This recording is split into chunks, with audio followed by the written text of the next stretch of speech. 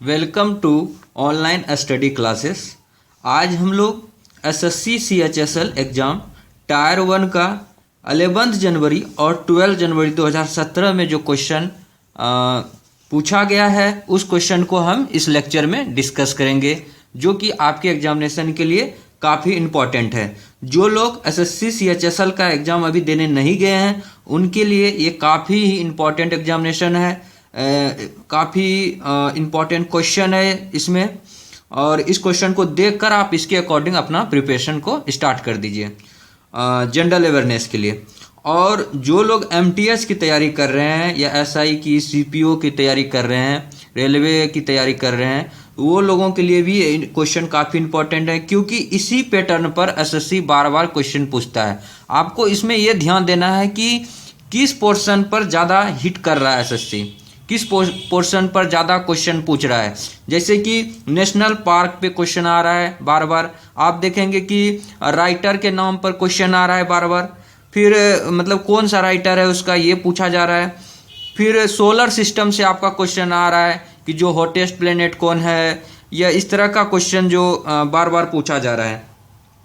और फिर इतिहास में अगर बात करें तो जो मॉडर्न हिस्ट्री का पोर्शन है, जो मुगल साम्राज्य है, उससे ज़्यादा क्वेश्चन आ रहा है कि औरंगजेब कौन था, औरंगजेब के पिताजी कौन थे, किसने जो है शाहजहां को बंदी बनाया। तो इस तरह का क्वेश्चन जो है मॉडर्न हिस्ट्री, जो ये मिडिवल हिस्ट्री है, सॉरी मॉडर्न हिस्ट्री नहीं, मिडिवल हिस्ट्री जो है, जो जिसमें कि अकबर बाबर लोग आए थे, मुगल साम्राज्य की स्थापना हुई थी, उससे ज़्यादा क्वेश्चन आपसे पूछा जा रहा है। तो ये सब इम्पोर्टेंट है। पिछले लेक्चर में हमने बताया था आपको कि जो उस लेक्चर में उस दिन सबसे ज़्यादा जो साइंटिफिक नेम पर ज़्यादा फोकस किया गया था, तो वो सब भी आपको कवर करना है।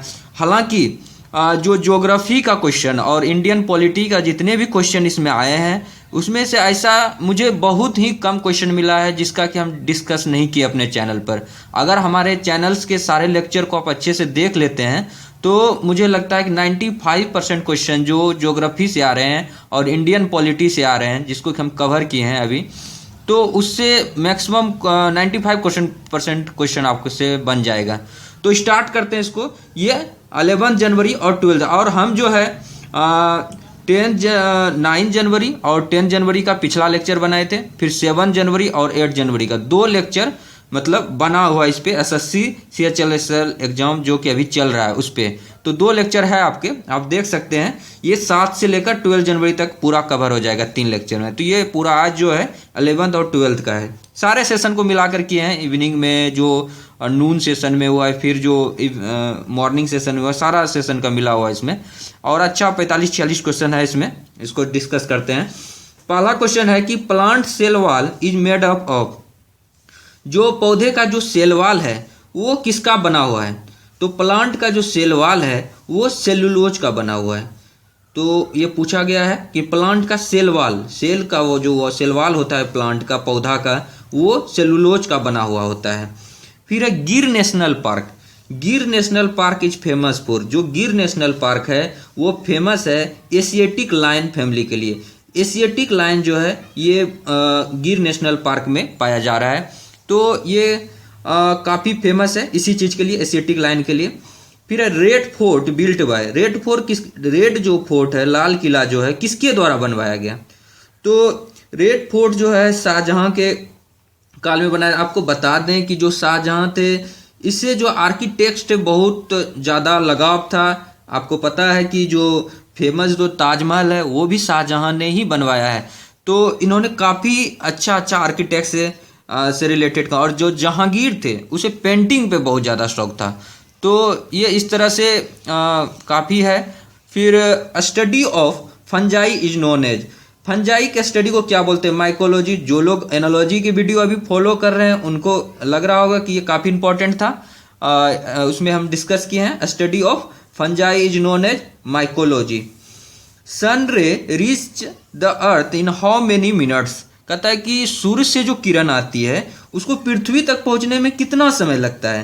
तो 8 मिनट 20 सेकंड। हालांकि पिछले लेक्चर में हमने 8 मिनट 33 सेकंड बताया था आपको, कुछ बुक में वो भी दिया हुआ है, लेकिन आपको यही फॉलो करना है 8 मिनट 20 सेकंड, क्योंकि मैंने इसको 2-4 बुक में और देखा, अभी वेरीफाई किया कुछ स्टैंडर्ड बुक्स पे, तो वो 8 मिनट 20 सेकंड ही बता रहे हैं। तो सन रे जो अर्थ तक पहुंचती है उसमें 8 मिनट और 20 सेकेंड लगता है। फिर आर्टिकल 343 जो है टॉक्स अबाउट, जो आर्टिकल 343 है किसके बारे में बात कर रहा है? तो आर्टिकल 343 जो बात करता है वो official language of union, article 343 official language of union के बारे में बात करता है।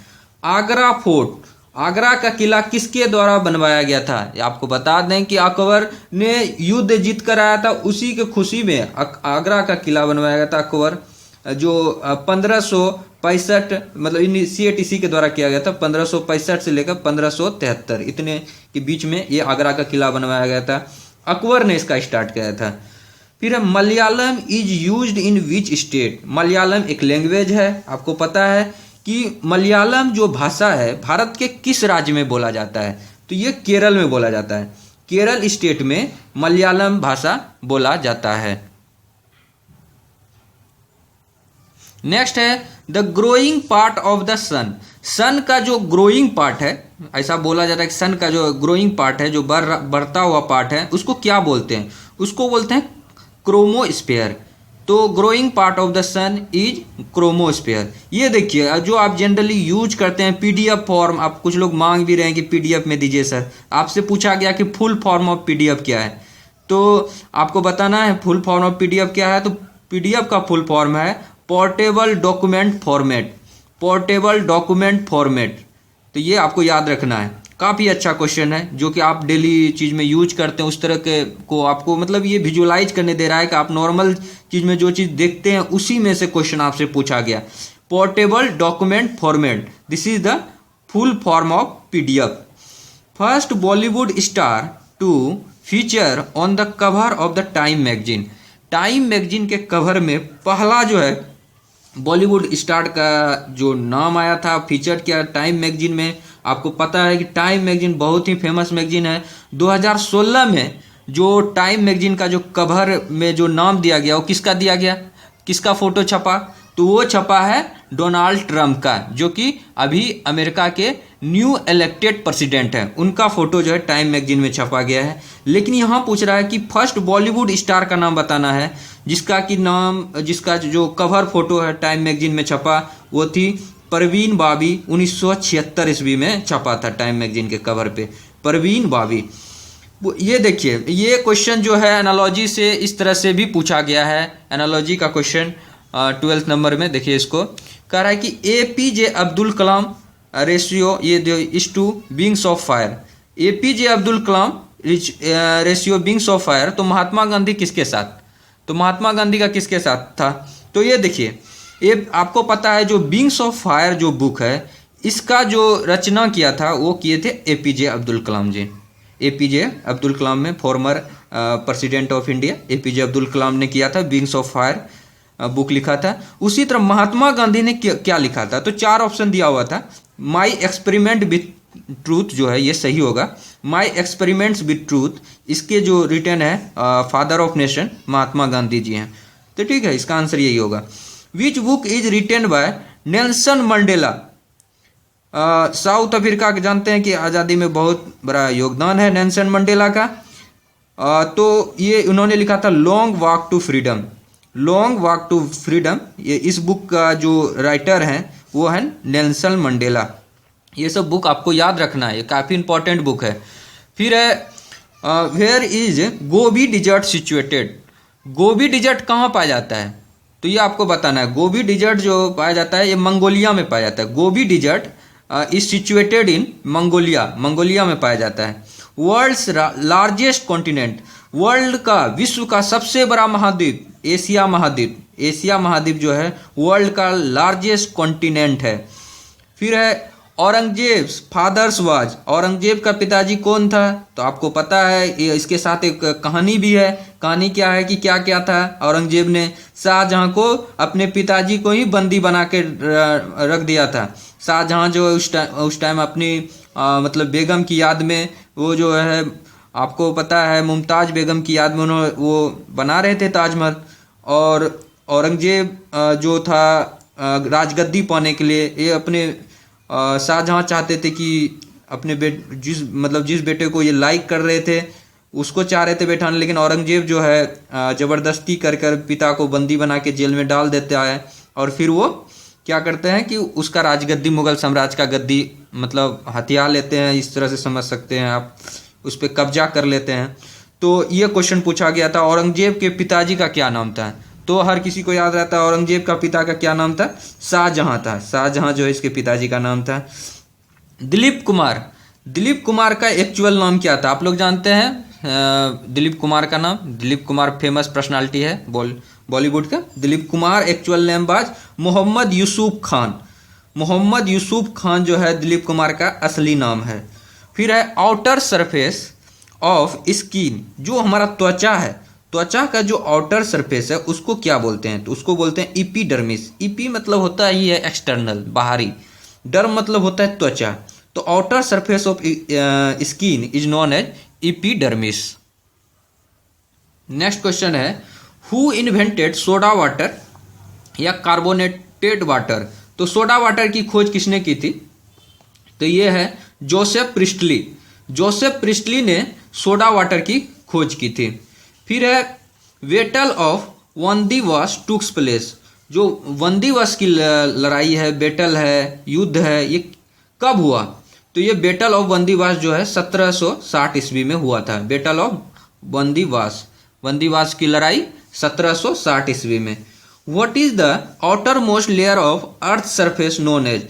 जो अर्थ का जो आउटर सरफेस है उसको, आउटर मोस्ट लेयर है, उसको बोला जाता है क्रस्ट। क्रस्ट बोला जाता है। और जो दूसरा है उसको मेंटल बोला जाता है। तो इस तरह से, और जो सबसे अंदर का सरफेस है उसको कोर बोला जाता है। तो हम लोग अभी जो आउटर मोस्ट लेयर पे रह रहे हैं, क्रस्ट पर हम लोग, what is the outer most layer. और मेंटल में जो है जितने भी मतलब एलिमेंट्स है धरती के अंदर में, सारे जो लिक्विड मतलब सेमी लिक्विड कह सकते हैं आप, उस फॉर्म में पाया जाता है। तो और जो अंदर वाला जो है उसमें सारा चीज लिक्विड में पाया जाता है, जो कोर वाला फॉर्म। तो ये क्रस्ट जो है outer most layer of earth surface है, इसको बोला जाता है क्रस्ट। फिर है टूथब्रश। टूथब्रश का जो ब्रिस्टल्स है कॉमनली मेड ऑफ, टूथब्रश का जो ब्रिस्टल है किसका बना हुआ रहता है? टूथब्रश जो आप लोग इस्तेमाल करते हैं, तो ये टूथब्रश का जो ब्रिस्टल है ये बना रहता है नायलन का।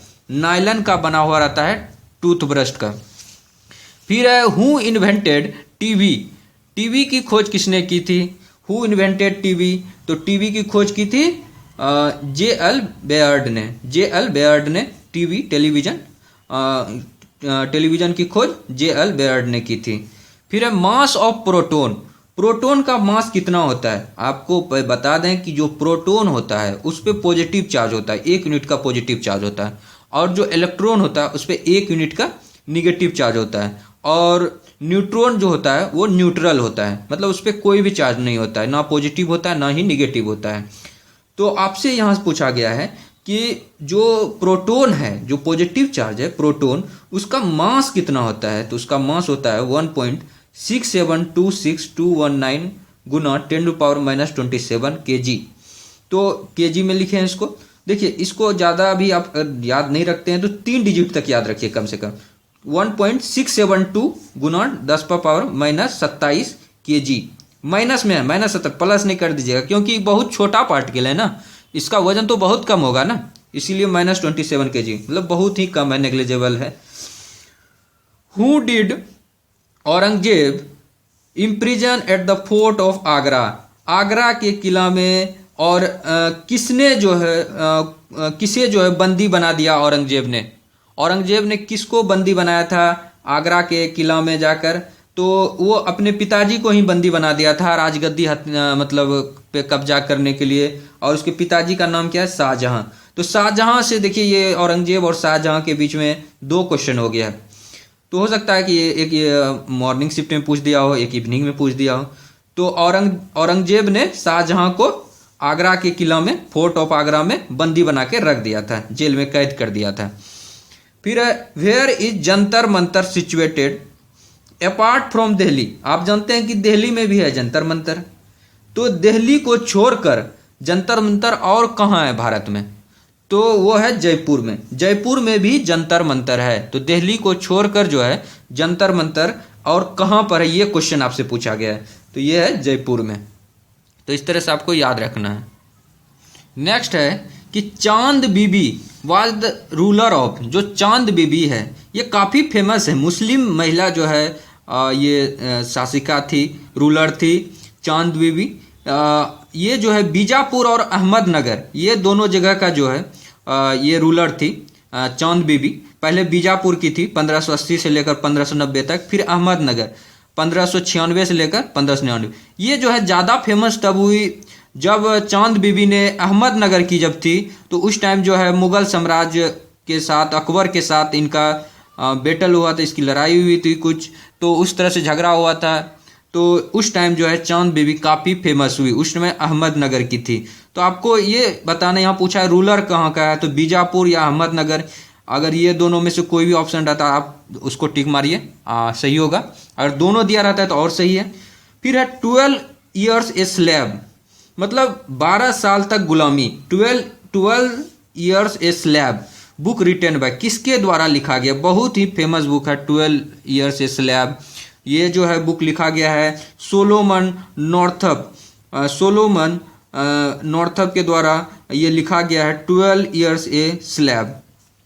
Director of Oscar winner movie 2016, Oscar winner जो मूवी है, ऑस्कर पे बहुत ज़्यादा क्वेश्चन आ रहे हैं एग्जामिनेशन में। आप लोग एक बार पूरा जो है ऑस्कर का जो इस साल का 2016 का लिस्ट है, आप लोग अगर देने जा रहे हैं CHSL के एग्जाम को, उस लिस्ट को पूरा एक बार देखिए, उसको रटने का कोशिश कीजिए। एक बार आप केवल देख भी लीजिएगा तो आप मार्क कर दीजिएगा। तो पूछ रहा है ऑस्कर, पहले तो आपको बता दें कि ऑस्कर जो विनर मूवी थी वो थी द रेवेनेंट, रेवेनेंट थी ये, द रेवेनेंट ये मूवी थी। और इसका जो है डायरेक्टर थे अलेजेंड्रो जी इनारिटू, इनारिटू है अलेजेंड्रो जी इनारिटू, ये डायरेक्टर थे ऑस्कर विनर मूवी 2016 का। Total number of countries in the world, ये जो है टोटल नंबर ऑफ कंट्रीज 196 है, total number of countries world में। लेकिन कुछ लोग ऐसा है कि 195 ही मानते हैं, जैसे जो USA के लोग हैं वो लोग 195 ही मानते हैं। तो इस तरह, लेकिन टोटल अगर देखा जाए सही में तो आप 195 या 196, इतना क्लोज ऑप्शन तो आपको नहीं देगा। ऐसे 196 है, अगर आपका ऑप्शन में 195 भी था तो 196 ने देके 195 ही दिया तो उसको भी आपको मानना है। लेकिन ऐसे आपको बता दें कि टोटल नंबर ऑफ कंट्री जो वर्ल्ड में, विश्व में है वो 196 है, 196 कंट्री है। Minimum age of Rajya Sabha member, देखिए ये इस तरह का क्वेश्चन हम जो, जैसा कि हम बताए आपको कि इंडियन पॉलिटी सेक्शन में हमने बहुत सारा क्वेश्चन कवर किया और सारे क्वेश्चन, वही सारे क्वेश्चन रिपीट हो रहे हैं। तो minimum age of Rajya Sabha member जो है 30 साल है, 30 साल जो है। और लोकसभा मेंबर का मिनिमम एज कितना है? 25 साल। तो 25 साल लोकसभा का और राज्यसभा का 30 साल।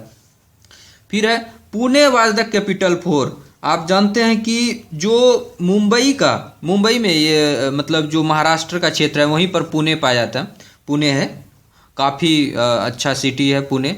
और पूछा है कि आप जानते हैं कि महाराष्ट्र का जो कैपिटल सिटी है वो आपको पता है मुंबई है, लेकिन पुणे पूछ रहा है कि किस चीज़, किसका capital? Pune was the capital for, किस चीज़ के लिए कैपिटल है?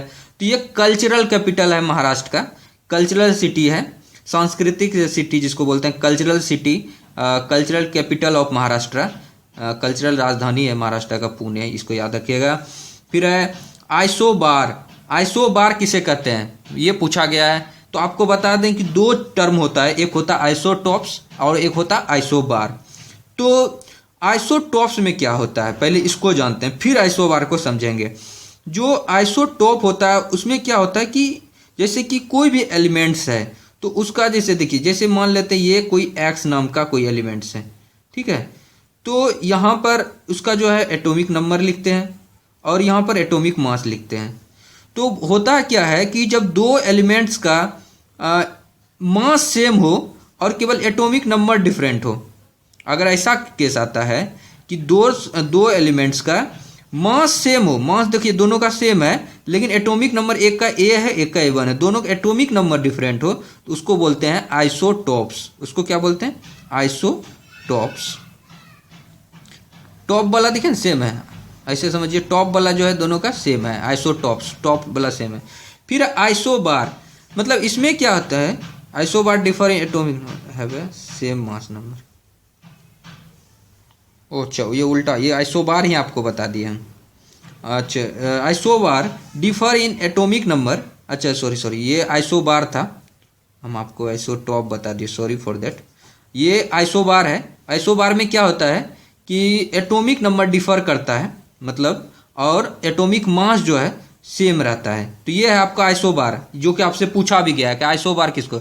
और जो आइसोटॉप होता है, वो आइसोटॉप में क्या होता है कि आपका एटॉमिक नंबर सेम रहता है। जैसे ये एटॉमिक नंबर यहाँ ए है, यहाँ भी ए ही रहेगा, लेकिन मास नंबर एक का एम है तो दूसरा का M1 हो जाएगा, मतलब मास नंबर डिफर करेगा, तो वो आइसोटॉप होता है, एटॉमिक नंबर सेम रहता है। और इसको बोला भी जाता है हिंदी में आइसोटॉप को समस्थानिक, मतलब समान स्थान है, समस्थानिक। हिंदी में तो एकदम क्लियर हो जाता है। आइसोबार में क्या होता है कि आपका जो मास होता है वो बराबर होता है, लेकिन इसका जो पोजीशन है ये डिफर करता है, तो ये आइसोबार है। तो isobar differ in atomic number, atomic number में डिफर होता है, but have the same mass number, mass number दोनों का सेम रहता है, तो इसको बोलते हैं आइसोबार, ये आइसोटॉप्स। ठीक है, चलते हैं। ओलंपिक डे कब सेलिब्रेट किया जाता है? तो ओलंपिक डे जो है 23 जून को मनाया जाता है।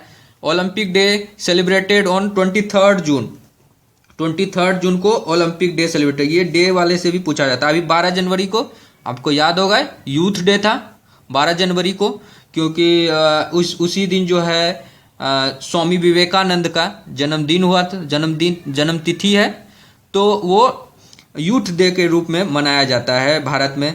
तो ओलंपिक डे पूछा गया है, तो ये 23 जून को है। बोला in which state Maithili language is spoken, मतलब कौन, भारत के किस राज्य में मैथिली लैंग्वेज बोली जाती है? मैथिली लैंग्वेज जो है ये बिहार में बोली जाती है, और मतलब ईस्ट बिहार में ज़्यादा, मतलब ये मैथिली लैंग्वेज बोली जाती है। तो ये आपको बताना था कि मैथिली लैंग्वेज कहाँ बोली जाती है, तो ये बिहार में बोले। तो कुछ नेपाल के भी क्षेत्रों में बोली जाती है मैथिली लैंग्वेज। तो ये ऑफिशियल लैंग्वेज है बिहार का। अगर देखा जाए तो भोजपुरी अभी तक ऑफिशियल लैंग्वेज नहीं है, लेकिन मैथिली को ऑफिशियल लैंग्वेज का दर्जा मिल गया है, तो ये है Maithili language. Dispur is the capital of which state? तो आपको ये बहुत ही आसान क्वेश्चन है। असम की राजधानी कहाँ है? असम की राजधानी दिसपुर है, तो आपको पता है। तो दिसपुर किसका राजधानी है? तो असम की राजधानी दिसपुर है।